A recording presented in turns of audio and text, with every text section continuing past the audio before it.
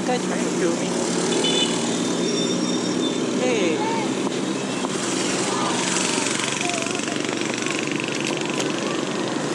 Hi everyone. It's your boy.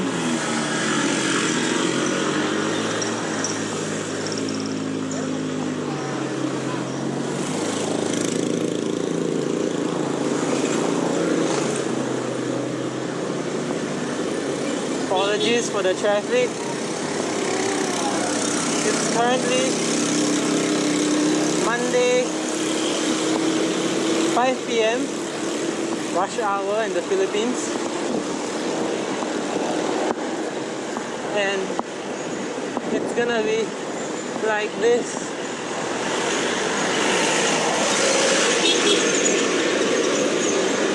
all throughout the video.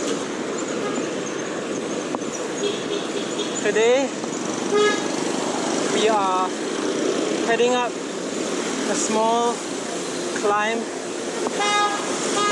near my city. It's going towards San Pedro.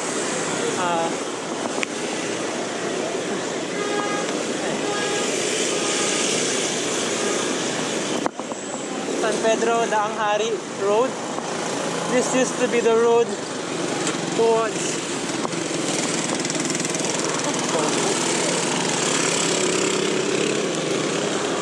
Daang Hari before other roads were open. Whew. And it's quite a freaking brutal climb, eh? Whew.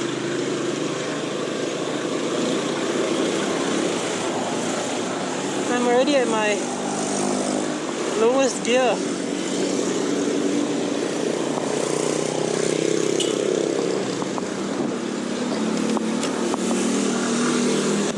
But I do assure you guys that the view near the top is quite nice.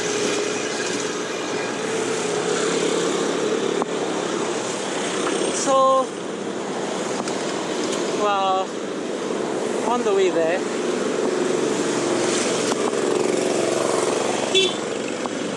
I thought that today a good topic for the video would be to share my experiences as someone that grew up in Singapore.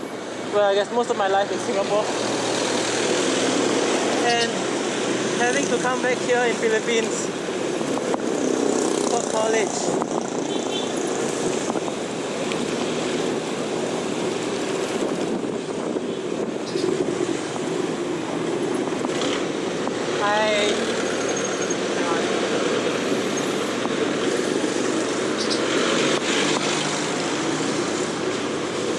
Oh my gosh, ah crap, that's muddy.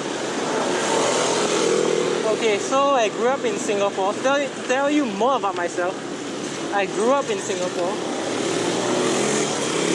From the age of 9 until I was about 18.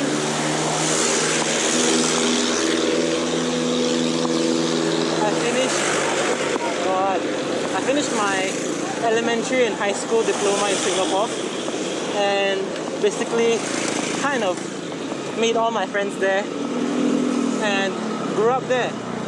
All my tastes, the food I like, the things that I like to do, and even my accent. Well, I mean, sometimes my Filipino accent will come out, but most of the time I have the Singaporean accent.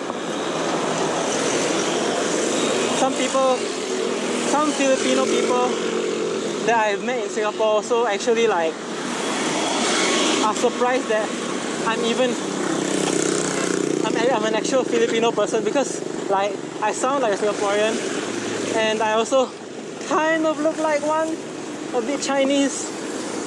So yeah, I grew up there, and I had to come back to the Philippines when I was 18 to study. I chose the degree of mechanical engineering. Whoa. Mostly because I like tinkering with like a lot of stuff. It's just like all the metal stuff.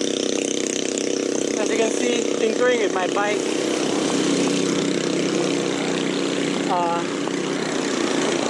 What else? I like cars, and also another, not really super big influence, but it's also an influence, is my dad. He's also a mechanical engineer. So when I came here, I chose to study mechanical engineering. It's a 5-year course in the Philippines, and you have to take a licensure exam at the end of that course to be a licensed mechanical engineer, or any engineering degree, in fact. I came back here in 2015, September 2015, and I've been back in Philippines for numerous times actually, for like, I guess like you can say trips, and all of those lasted for like a few weeks, ever since I left here in 2008 or 9 was it? Yeah, I've been back numerous times, and I am quite familiar with the Filipino culture, but I was more accustomed to Singaporean culture. Okay, let me just focus here, because it's quite a technical place, a technical part of the course.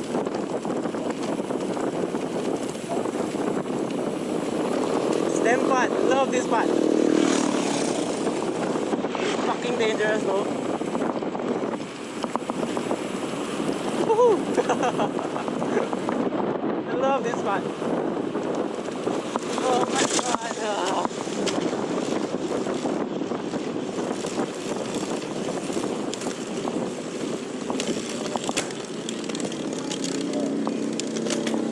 Oh shucks. Whew. Okay.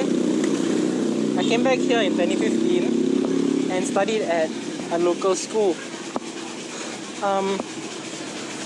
I stayed with my grandparents because both of my parents and my siblings were all still staying in Singapore.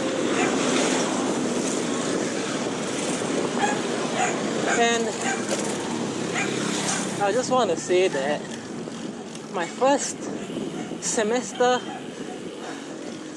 was, the first 2 semesters was a total shocker.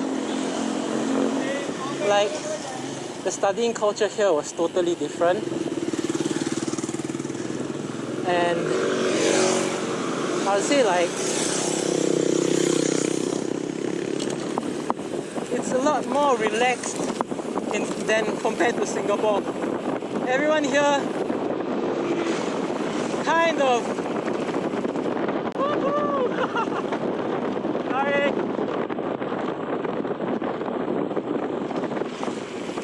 Oh my god, hairpin. Whoa, holy shit, that was fun. Everyone here kind of takes it more slowly, and I guess that's what was mostly a shocker to me. Everything was so laid back, everything took such a long time to finish. Paperwork, everything, even the lectures were very dragged on. Unlike in Singapore, everything's just fast-paced. Let's do this, let's do that, more efficient. Get it done fast, so as to not waste time. Yes, finally some peace. Yeah, so as to not waste time. But here, right, they just take their own bloody sweet time. Everything takes years. Everything takes so bloody long. One of the other major things that was really a shocker to me here is the public transport system. To put it in simple terms, it's a bit shit, huh?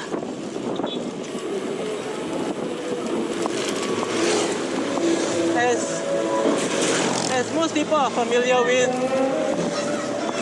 the Philippines uses about 3 main modes of transportation: tricycles, jeepneys, and buses.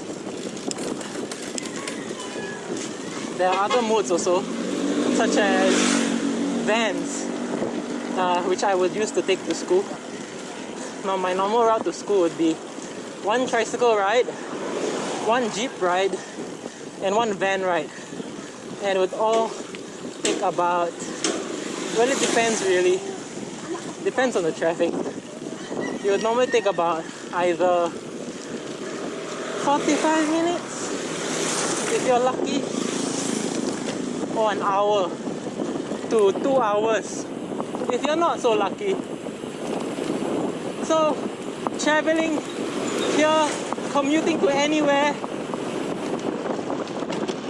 you kind of have to take it as if like you need like at least 2 hours of leeway before the time that you need to arrive, because you can't really tell whether or not you'll arrive on time, or you'll be early, or you'll be an hour to 2 hours late, because the traffic sometimes is really, really bad. Okay, I don't want to really go to delve into like the traffic and how shit public transport system here is, but yeah, you get the point.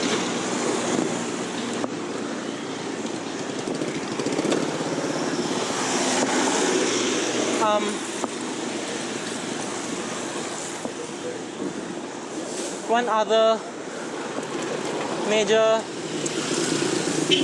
thing that I wasn't used to when I was coming here was the food. Yeah, it's a little bit cheaper in Singapore, but it's rather difficult to find cheap, healthy food unless you cook it yourself. And like, most of the food here is either too sweet, or too salty, or too fatty, or too... everything is just too much. Unlike in Singapore, you can just pop down to your local kopitiam and you can buy chicken rice or any noodles or like economical rice, and it would be 10 times healthier than any of the food that you can find here at that price. So yeah, that was quite a shocker. And my first year here, okay, at least, yeah, around the first year or half a year, it showed. I gained weight. Well, I was trying to bulk back then, but it was bad weight. It was all fat and carbohydrates and all that shit. Yeah. So I just wish that Philippines had healthier food options readily available to be bought anywhere.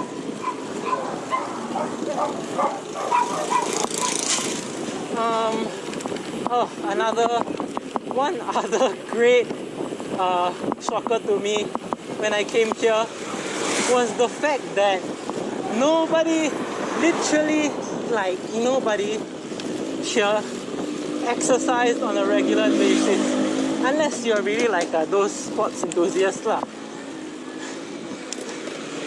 In Singapore, they would readily encourage locals to exercise and stay fit. A testament to this is NAPA, or like the annual physical examinations that, oh my god, that locals would usually take. From primary school onwards till NS and even beyond, there would always be this culture of staying fit, and everybody encouraged each other. Well, I guess like not really encouraged, but you know, like show off their the 3.4 timings, and it kind of encourage other people to keep fit, stay healthy, and all that. While here, oh my god, nobody is healthy, I swear. Oh shit. Oh, we're almost there.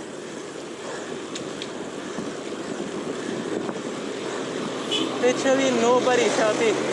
I'm like very into calisthenics, which is like a form of exercise using your body weight, pull-ups, push-ups, all that. But when I came here, I mean, like, I would say I'm relatively fit. And when I came here, literally everybody would just call me like Buff Lord or like the Buff Man or all that shit. But then, like, to be honest, compared to other people in Singapore, other guys in Singapore, I'm just pretty like normal. So yeah, like, I was labeled like this super fit, super buff person in school, when in truth it's just shouldn't it be like that anyways? Shouldn't you focus on your health? Shouldn't you try to keep a healthy mindset, a body, and healthy food intake? That was one of the major shockers to me. But now I guess I'm used to it. I just be the odd one out. It's fine. Oh, we're almost at the end. Nice. This route, I love this route, I said. Oh, nice. Okay, this is not really the end, but the end of the climb. But I still have I still have some things to talk about, I guess, before the sun goes down. Yeah, besides the exercise and fitness part,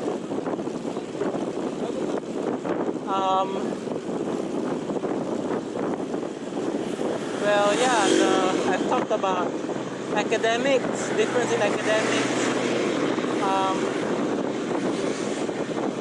difference in public transport system, where in Singapore it just works most of the time. You can estimate the time of arrival to the dot, but here it's just impossible. And food, can't really buy cheap food here that is healthy. And last one was what? Exercise. Yeah, you don't really find anyone actively exercising or staying fit here. Like, only like the 1% of the population that I have known, I've encountered actually tries to stay fit.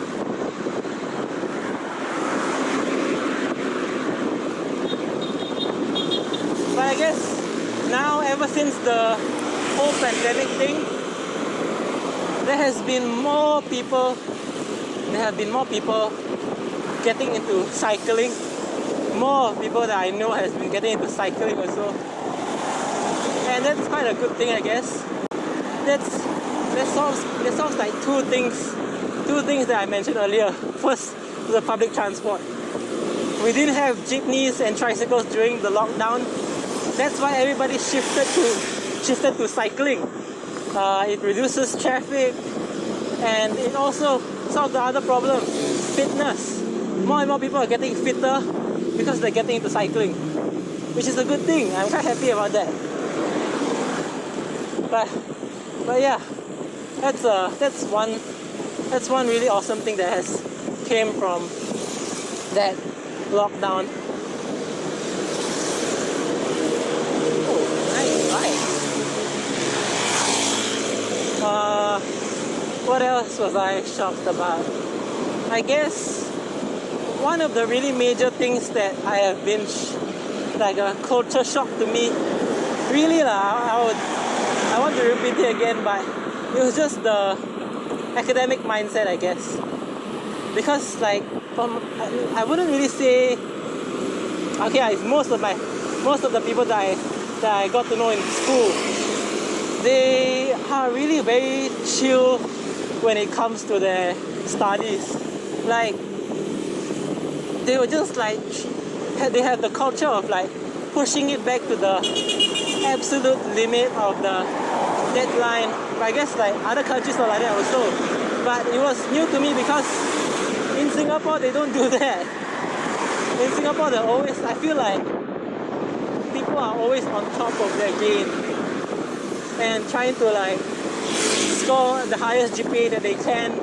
Meanwhile here, like, I guess people are satisfied with being just average, and they are satisfied with being mediocre. And yeah, I just can't really get behind that thinking.